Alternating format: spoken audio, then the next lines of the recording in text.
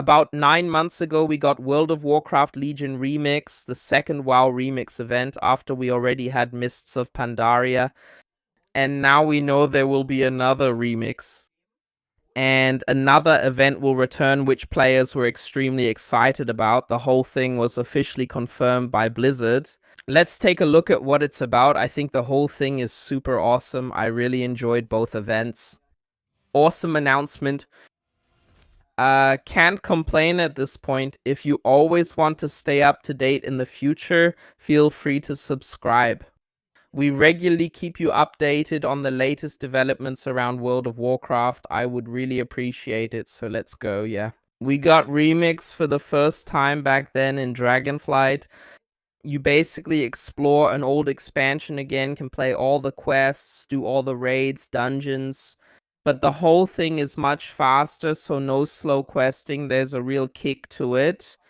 Plus, in the end, you're so strong that you can solo mythic bosses and so on. So yeah, it's more of a fun-focused experience in these remix expansions. Plus, you can level up incredibly fast. You can see it here. In Legion Remix, I think I hit a total of 30 level 80s, or was just about to. It was incredibly fun, and Blizzard has now announced there will be another remix. On Friday, there was a Discord talk with Ion Hazikostas where the community could ask questions and everyone could join in. And among other things, he was asked about the future of Remix, like what the plans are for moving forward with it. And the answer was actually pretty simple at this point. So he confirmed that both Remix and Collector's Bounty, we'll take a look at what that is in a moment, will very likely return. But he said these events should ultimately be rare, or rather not happen every 4 weeks. Otherwise, the whole thing would feel really, really bad and kind of meaningless. Accordingly, I myself had hoped that Collector's Bounty, which we had last July, might return this summer as well. For me, it was a perfect summer lull event, but he said himself, if you do it too often, then it's actually useless. In the times in between, farming old content doesn't make any sense at all right now. That's why the whole thing is taking a bit longer. He also says here that Remix will return, and he says that Blizzard likes the idea that people can experience old expansions again with better pacing, and that they can get rewards they didn't get back then. All in all, so far we've had Mists of Pandaria and Legion. It's not clear or confirmed which remix add-on will come next, nor when it will be released. Personally, when it comes to remix, we had that in the 3rd season of The War Within, when basically all the important content, the current content, was finished. And the players could definitely have said, no, I'm quitting WoW. We're most likely going to get 12.1 in August. From there, it's 6 months that we'll have to wait for probably 12.2. So I'm expecting that around February, March. That will be the finale of World of Warcraft Midnight. And I think they'll let that run for a month or two. And I guess we'll get the new remix in March or April. And basically, when the expansion starts winding down, we probably won't get a 4th season here either. Then we'll be able to go wild in Remix again.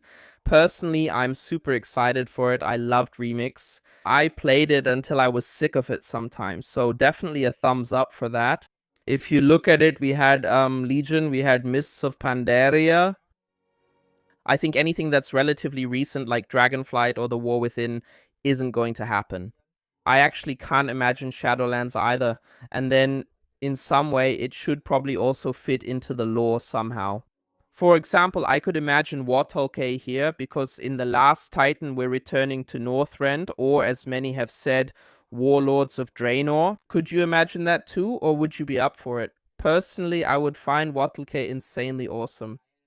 But in the end, yeah, I'm open to anything. I think it'll be fun either way, so very, very cool. I was pretty sure that it would continue there, but now we have the official confirmation, and it's the same with the Collector's Bounty event. You have to go way, way back to the last time we had that. all the way back to July 2nd, 2025. That's when it started. Collector's Bounty ran until July 30th. As I mentioned, it was the perfect event for the summer lull. Very, very simple, easy for Blizzard to implement because they didn't have to design any new stuff or anything. They just increased the drop rates, but it was super motivating. What it basically was, in the end, it increased the drop chance of rare items. Beispielsweise, for example, it increased the drop rate of those raid mounts that only drop on Mythic or Heroic, as well as legendary weapons. For example, the Warglaives of Azimuth. There wasn't a specific drop chance or a drop chance that was the same for all bosses. It varied. So some mobs or mounts still had 5%, others had over 10%. I think the maximum was around 14 or 15%. But in the end, you could say it felt incredibly rewarding to farm old content because you finally had a realistic chance at the mounts you might have been farming for ages. How many people, for example, got Invincible from Icecrown Citadel during this event, Mimiron's Head, and so on and so forth? Those were mounts I already had before, but during Collector's Bounty, I added 20 mounts from raids that I didn't have before, and I had an incredible amount of fun.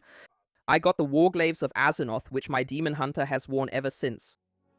It was super, super cool. The only thing that annoys me, I think I ran Dragon Soul over 30 times because I think this mount here is so beautiful and I didn't get a single mount. So that was a bit bitter. None of the 3 ever dropped for me. But all in all, it was a super cool event, and that's what I meant, you know? Perfect for the summer. You could log in for an hour and say, hey, I'm just going to farm mounts now because the chance of getting something was relatively high. It wasn't something you had to work on every day. It wasn't something where Blizzard had to add new assets. So, yeah. I think right now, in the middle of summer, when a lot of people might be on vacation or something, Blizzard would... They've done it in the past. Legion was also released in August back then. But I think they prefer releases that aren't necessarily in the middle of summer because people play less then. And that's why they didn't have to do much for that. I think it brought an incredible number of players back into the game. I saw so many friends online every day who were otherwise almost never online in the summer because they really wanted to farm mounts. That was a really, really cool thing. I really liked the event. And yeah, I can understand that point. I was hoping it might come back this July. But it does make sense when Ian says, hey, if we bring this every July, then after a certain month, you really don't need to farm mounts anymore. Because, you know, hey, in 2 months, my time will be much better spent because the drop rate is higher. Accordingly, the way he said it, I could even imagine that this event won't come back this year, but maybe only every 2 years. Something like that, but it will probably come back. Personally, I think that's really, really cool. I'm excited for it, and there are a lot of mounts I still don't have. And the drop chances for the older new mounts will also be increased then. For example, you'll also benefit in the Mana Forge Omega or something like that from the increased drop chances. That means you can farm mounts from the War Within, Dragonflight, and so on. Very, very cool thing. I'm looking forward to it. What do you think? Share in the comments. Thanks for watching. See you in the next video and take care.